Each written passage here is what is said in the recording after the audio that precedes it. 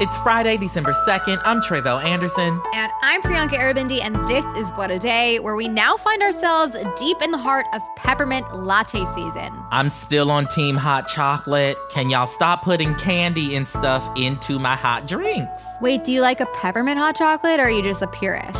I'm a red-blooded American, okay, Priyanka? I love regular hot chocolate. I'm so sorry. I am so sorry.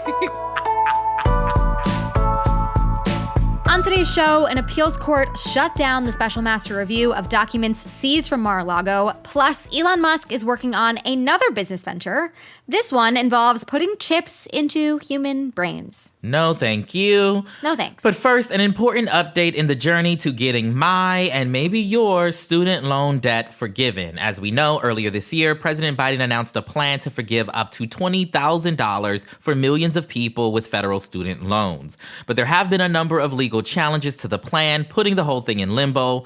And now, as many of us expected, the student loan forgiveness program is headed to the Supreme Court. Yesterday, the justices agreed to decide whether the Biden administration can institute its debt forgiveness plan. The case has been put on an unusually fast track, as arguments will be heard in February. In the meantime, though, the Supreme Court has left in place an injunction blocking the program's implementation. Okay, so can you tell us a little bit more about the case that got us here? Yeah, so like I said, there are a number of legal challenges out there to the forgiveness program, but perhaps the most serious one is the suit filed by 6 GOP-led states: Nebraska, Missouri, Arkansas, Iowa, Kansas, and South Carolina, also known as South Kakalaki.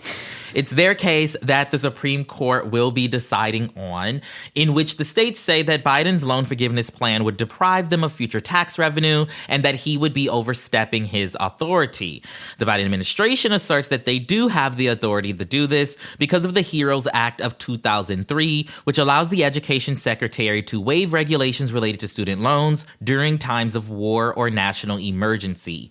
We are still under a national emergency declaration since the onset of the pandemic in March 2020, a declaration, by the way, that was announced by Donald Trump. And so, while the courts are doing what they do, the administration has stopped accepting applications for the loan forgiveness program. But out of the 26 million they received before that closure, 16 million applications, including mine, have already been processed and approved. We all, however, have to wait and see if the debt relief will really come until the Supreme Court makes its decision.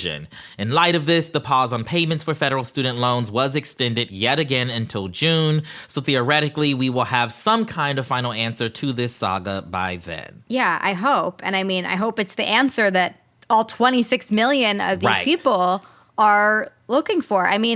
What's happening here? Through no fault of the Biden administration, I don't blame them for this. It's GOP-led states that are kind of putting up the roadblock here.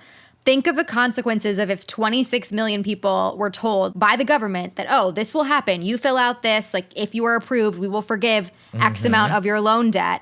And then it just never happens. The GOP-led states know exactly what they're doing. Absolutely. By putting up a roadblock. And if this doesn't happen, this is the kind of thing that shatters people's confidence in what government can do for them, disillusions them with our government in general. And obviously, I believe that student debt should be forgiven. But also, this is terrifying because it could ruin participation in our democracy for a generation. It really could. Absolutely. It's terrifying to think about.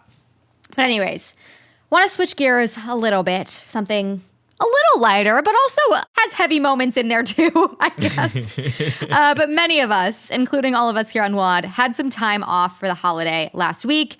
And we have spent this week kind of easing ourselves back into our daily routines and the daily grind of work.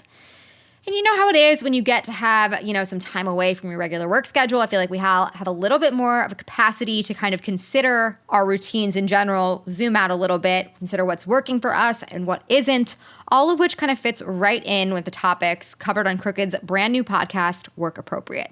It's a workplace advice show that covers a whole range of topics, ranging from, basic quandaries like how do I get my boss to stop texting me after hours, some of the bigger, more systemic issues in our workplaces and in our world.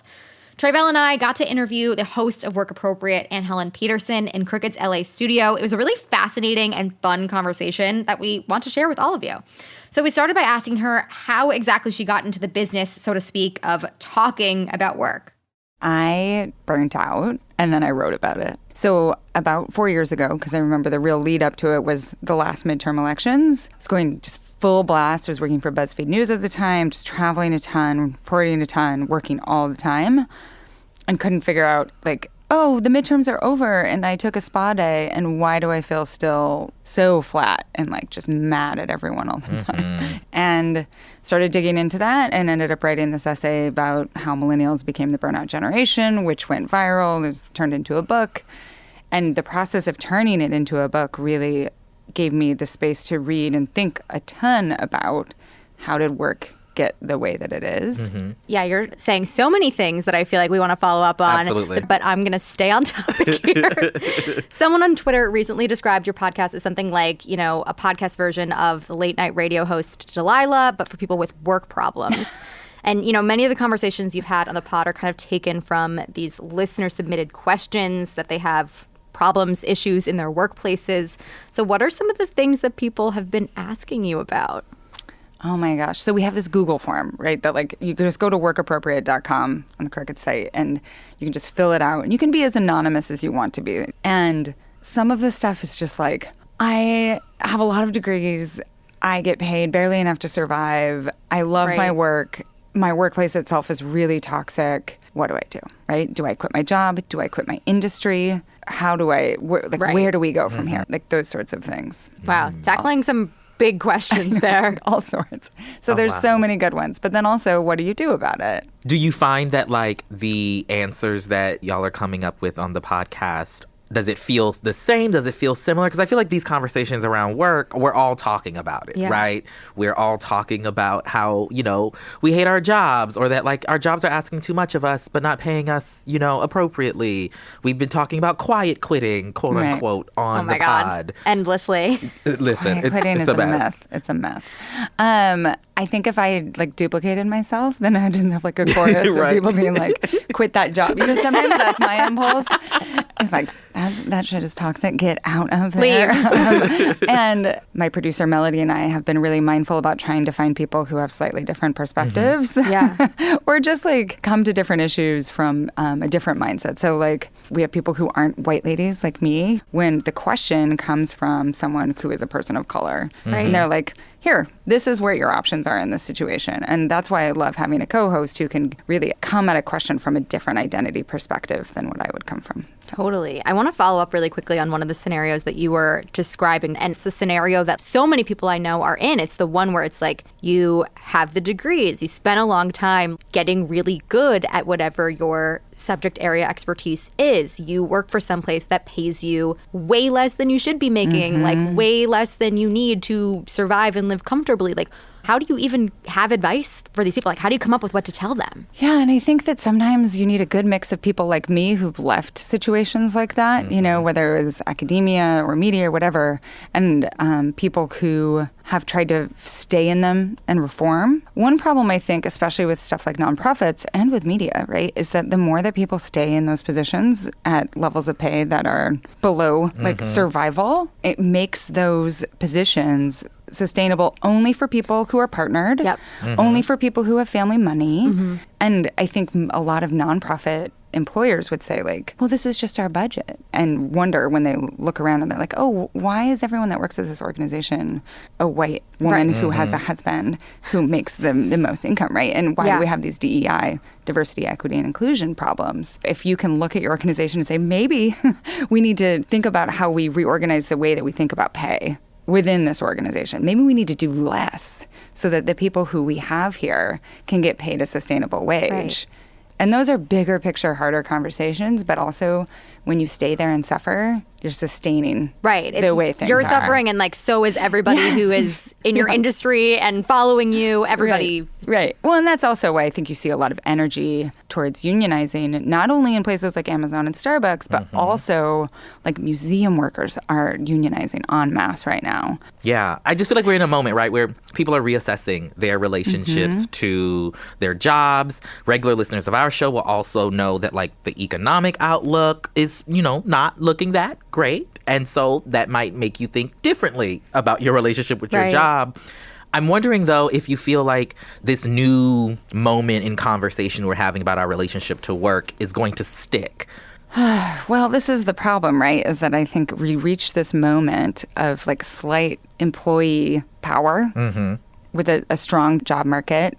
And then there's this incredible pushback that's like, oh, any sort of power that you had that is undercut by the fact that like we're in an unstable economy. And this is, I think, especially true for people who are Gen Z, who are millennials, who are younger Gen X's. It just feels like this has been our lives over and over again. Get like some sort of stability and then have it undercut. It really is difficult. I think that smart employers are thinking about sustainability. Losing people costs a lot of money. Right. People working so hard that they have to take unexpected mental health leave or unexpected physical health leave.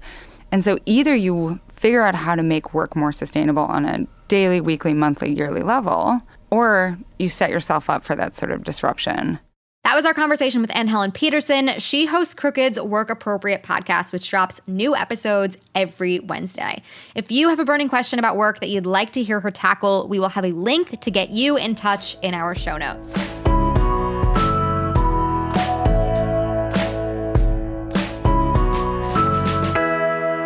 Now let's get to some headlines. Headlines. Survivors of the Uvalde school shooting sued law enforcement agencies in Texas yesterday over their response to the massacre, which left 19 children and 2 teachers dead. The class action lawsuit seeks $27 billion, with victims saying they suffered psychological trauma because officers took too long to confront the gunman. This is just one of many lawsuits in connection with the shooting. Earlier this week, families of the victims who were killed filed a federal suit against the maker of the firearm that was used by the shooter, as well as the gun store that sold it to him. They accuse the gun maker of intentionally marketing its products to, quote, violent young men, and say the gun shop ignored red flags about the shooter. That lawsuit seeks $6 billion in damages. Yeah, $6 billion is a lot of money, but like there is no limit in my mind to the damages that these companies and these people have inflicted. Like that number, it would never be high enough, in my opinion. Remember the so-called special master who was appointed to independently review the classified documents seized from Donald Trump's home at Mar-a-Lago? Well, he's about to get a lot more free time because a federal appeals court ruled on Thursday that the judge handling the case was wrong to grant Trump's request for a special review of those documents. The 3-judge panel wrote that allowing the target of a search warrant to request such a review sets a bad precedent and that courts shouldn't make exceptions for Trump just because he is a former president. It's a big win for the Justice Department because it clears the way for investigators to actually use the seized documents in its criminal probe. The ruling will take effect next Thursday, though Trump's legal team could appeal. Of course they could. I mean, who even knows who's on that legal team anymore? So go right ahead. Do whatever you want. The Senate passed legislation yesterday that would block the looming nationwide rail strike. It comes just one day after the House approved the measure, which effectively forces rail workers' unions and freight companies to accept a new labor deal. Progressives tried to pass a separate bill that would have given workers 1 week of paid sick leave, but they didn't have enough votes in the Senate to keep it alive. The measure without sick leave now heads to Biden's desk. He's expected to sign it as early as today. I mean, every single one of these senators knows how critical the railways are to our country's infrastructure, but like they don't care enough about the people running these railways and making it happen day after day to give them sick leave and like the protections they deserve at work. So that speaks volumes. A man who previously sentenced himself to being Matt Gaetz' friend has now been sentenced to prison. The Matt Gaetz to prison pipeline. We love to see it. One-time Florida tax collector Joel Greenberg got 11 years yesterday after pleading guilty to crimes that included sex trafficking of a 17-year-old girl. According to the federal judge overseeing the case, Greenberg has cooperated extensively with the government as part of his plea deal, which could be bad news for Representative Matt Gaetz, who is the subject of an investigation by the Department of Justice himself. Greenberg has told federal authorities that he witnessed Gaetz have sex with the 17-year-old girl in question here. Gaetz has yet to be charged with anything, and he was reelected by members of the Party of Family Values just last month. Just last month. And they do it again. Like, spoiler alert, they don't care. Ironic. Right. If your reaction to Elon Musk's management of Twitter is, I wish he had access to my skull, you're in luck. The world's richest and loudest man gave a presentation on Wednesday promoting his brain implant company Neuralink, and he said he expects to start testing on humans in 6 months. Neuralink implants allow the brain to control certain actions on computers, but so far the only subjects who have been implanted are animals. Furthermore, Neuralink isn't really that far ahead in its field, which is full of other research groups aiming to restore function to individuals with paralysis or other disabilities. What Neuralink does have that its competitors don't is insane claims from Elon Musk, like his suggestion in 2020 that Neuralink devices could give people, quote, superhuman vision if, I guess, they'd rather put wires into their brains than buy binoculars. Musk's 6-month timeline is probably overly optimistic. Human trials would require FDA approval after a full evaluation of the risks involved in getting Neuralink. You know that thing that I feel like parents say where it's like, if they jumped into the lake, would you do that? It's like, if Elon Musk does this shit, if you would do that too, go line up, go do it. I would love the Elon fanboys to all just get in line, do their little brain implant, and then I don't even know. I can't imagine. Whatever happens, happens. May the odds ever be in your favor. There we go. That's a great way to say that politely. Yes, RT, what Triple said. And those are the headlines. We'll be back after some ads to discuss the latest updates in the world of celebrity soda endorsements.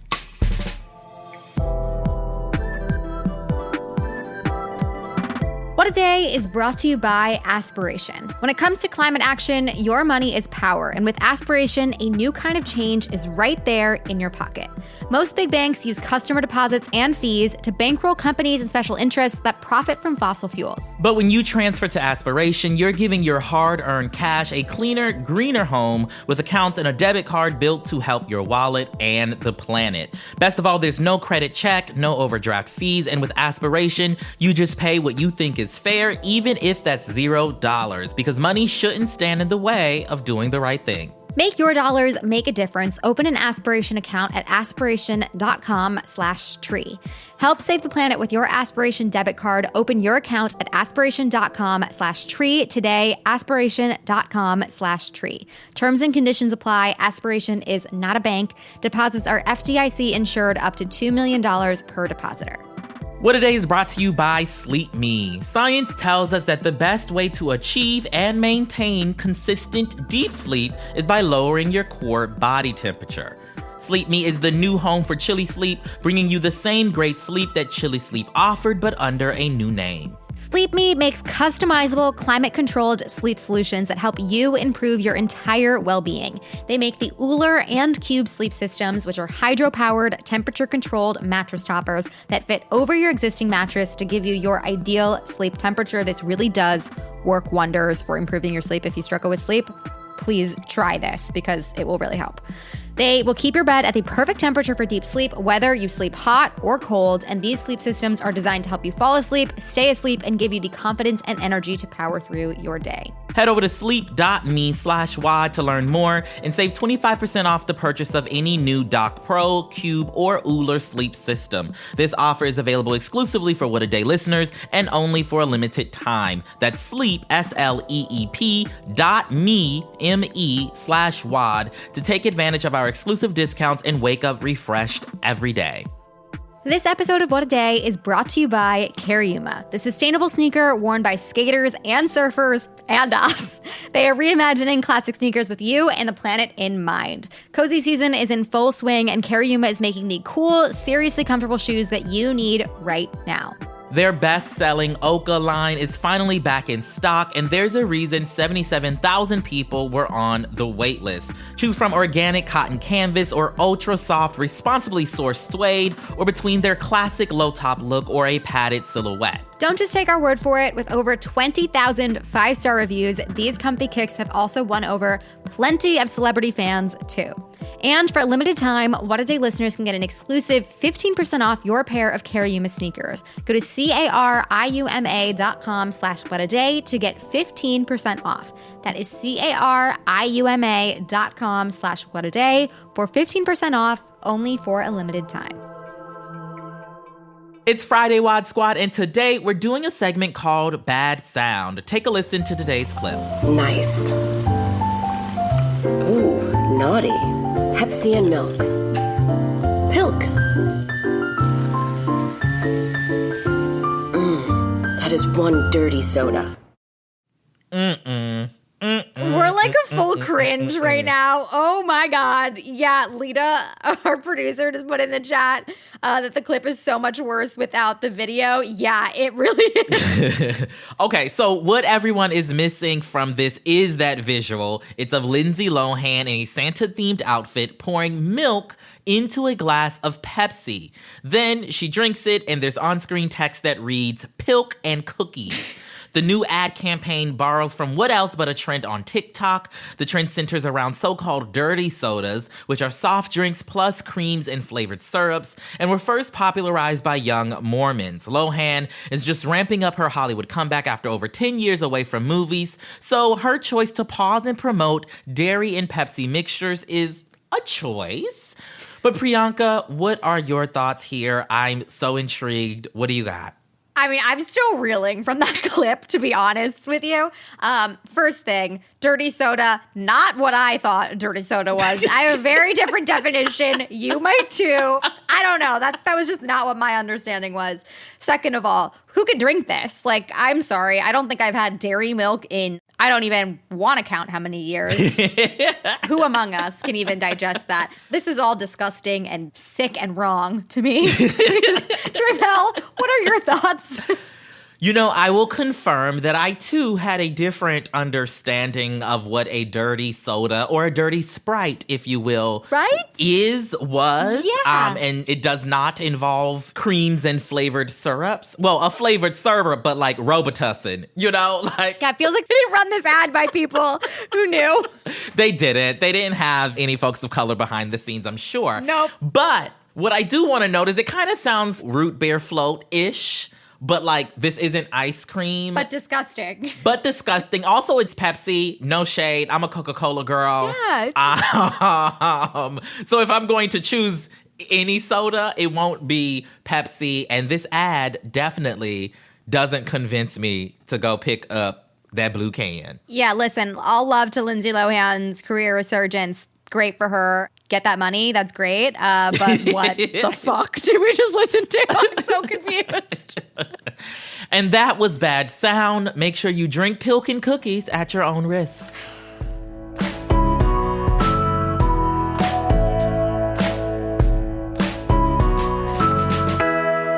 One more thing before we go. We are excited to announce that we are dropping a special bonus episode of WAD tomorrow. It is an extended version of our episode this week, commemorating the late Shirley Chisholm, the first Black woman elected to Congress and the first woman to seek a major party nomination for president. Our co-host, Juanita Tolliver, sat down with Representatives Ayanna Pressley and Barbara Lee and Chisholm biographer Dr. Anastasia Kerwood about her trailblazing life and legacy. You don't want to miss this, and you can check out some video highlights on our Instagram at What a Day. That's all for today. If you like the show, make sure you subscribe, leave a review, keep your skull away from Elon Musk, and tell your friends to listen. And if you're into reading and not just dirty soda recipes like me, What a Day is also a nightly newsletter. Check it out and subscribe at crooked.com/subscribe. I'm Priyanka Arivindi. I'm Trevel Anderson. And pass the Pilk and cookies. Oh my God, please do not. Keep that all to yourselves. I'm saying, pass it in the direction away from me. Yeah, please. Ethan, thank you.